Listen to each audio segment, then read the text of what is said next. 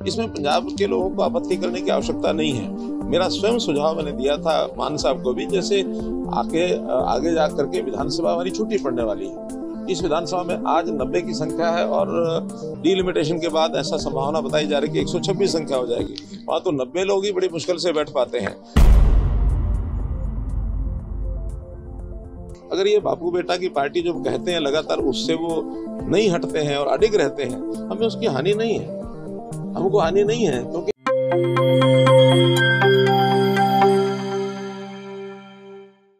6 दिसंबर को किसान जा रहे हैं सर दिल्ली बिना वाहन के। उन्होंने कहा है कि हम दिल्ली जाएंगे 6 दिसंबर को। देखिए, शांतिपूर्वक किसी प्रकार का कोई प्रदर्शन करना ये हर किसी का एक मौलिक अधिकार है, कहीं कोई आपत्ति नहीं है। विषय इतना ही है कि किसी प्रकार का ऐसा प्रदर्शन नहीं करें कि कोई प्रदर्शन को ऐसा हिंसात्मक किया जाए या इसमें ट्रैक्टर और ट्रैक्टर के सामने भी कोई हथियार माउंट करके ले जाया जाए। अच्छी बात यह है कि उन्होंने उसके लिए अपने आप स्वीकार किया है कि हम ट्रैक्टर और उसके साथ आगे जो बांध करके हथियार बांधने वाले जो बात थी उसको विदा करते हैं, उसके अनुसार नहीं जाएंगे। और कोई अन्य साधनों से पैदल से जाएगा तो मुझे नहीं लगता उसमें कठिनाई आएगी। हाँ, एक प्रक्रिया होती है कि कहाँ वो प्रदर्शन करेंगे, उस स्थान की अनुमति वहाँ जो है संबंधित जो विभाग है उनसे वो लेनी होती है, वो लेंगे और जाएंगे, कोई कठिनाई नहीं। सर, चंडीगढ़ में सर नई विधानसभा पर पंजाब की आपत्ति है, उस पर क्या कहेंगे? देखिए, वो एक प्रक्रिया है, प्रशासनिक प्रक्रिया है।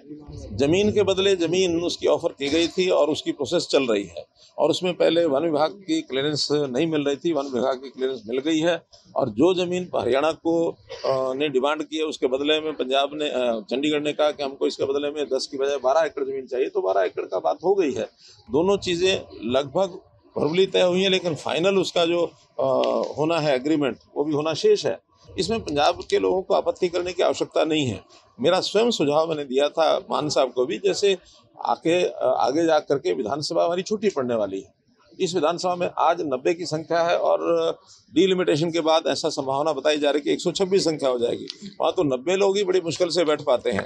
पंजाब को भी अगर लगता है कि उनको भी कोई भवन विधानसभा आदि नई बनानी है, उनको भी ऐसा कोई जमीन चाहिए, तो चंडीगढ़ में जमीन बहुत है, बदले में वो साथ में लगता है उनका मोहाली है अथवा अन्य एरिया है, उसमें बदले में वो दे सकते हैं। तो कोई प्रोसेस करते हैं, ये एक म्यूचुअल एग्रीमेंट के नाते से है, कोई फ्री में जमीन नहीं ली जा रही और न ही कोई जमीन का ऐसा विषय है कि चंडीगढ़ एडमिनिस्ट्रेशन के साथ कर नहीं सकता। चंडीगढ़ एडमिनिस्ट्रेशन ने पहले भी इस प्रकार की जमीनें बेची भी हैं, बदले भी किए हैं। सारा विषय है जमीन का बदला जमीन से हो रहा है, कोई ऐसा फ्री ले रहा है ऐसा नहीं है। प्रतिपक्ष जो भूपेंद्र सिंह हुड्डा है, उन्होंने कहा है कि बाप बेटा जो आप लोग कटाक्ष करते हैं अक्सर, उन्होंने कहा कि हम स्वतंत्रता संग्राम से जुड़े हुए व्यक्ति हैं, मेरे पिताजी स्वतंत्रता सेनानी रहे। उसका उन्होंने जवाब दिया। ऐसा है कि केवल वही जुड़े हुए ऐसा नहीं है, चाहे उनकी अपनी पार्टी हो चाहे दूसरी पार्टियां हो, सैकड़ों हजारों लोग जुड़े हुए हैं।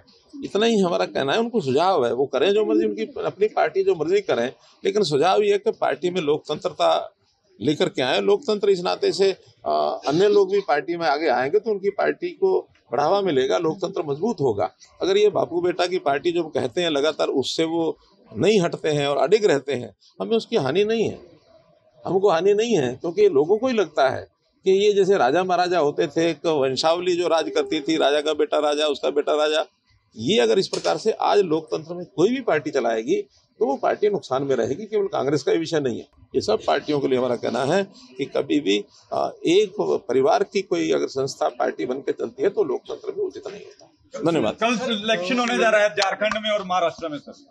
बहुत अच्छी बात है, हरियाणा जैसे चुनाव में एक अच्छी प्रगति भारतीय जनता पार्टी के नाते हमने सरकार बनाई है और वहाँ के लोग भी इससे बड़े उत्साहित हैं कि हम भी अपने यहाँ पर भारतीय जनता पार्टी की सरकार बनाएंगे। और मुझे लगता है कि वहाँ के लोग, वहाँ की जनता नरेंद्र मोदी जी के नीतियों में विश्वास करके और भारतीय जनता पार्टी की विचारधारा के अनुसार आगे बढ़ेगी और वहाँ दोनों जगह पर भारतीय जनता पार्टी की सरकार बनेगी। कई महापुरुषों की करनाल तक कब तक है, क्या प्लानिंग है?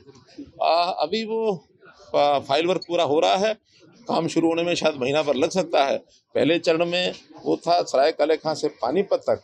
मैंने ही स्वयं पिछले साल में निवेदन किया था कि इसको करनाल तक बढ़ाया जाए। सैद्धांतिक सहमति मिल गई है और उसमें चूंकि अभी ये विभाग भी मेरे पास ही है, इसलिए निश्चित रूप से उसको शुरू करेंगे तो करनाल तक आएगी।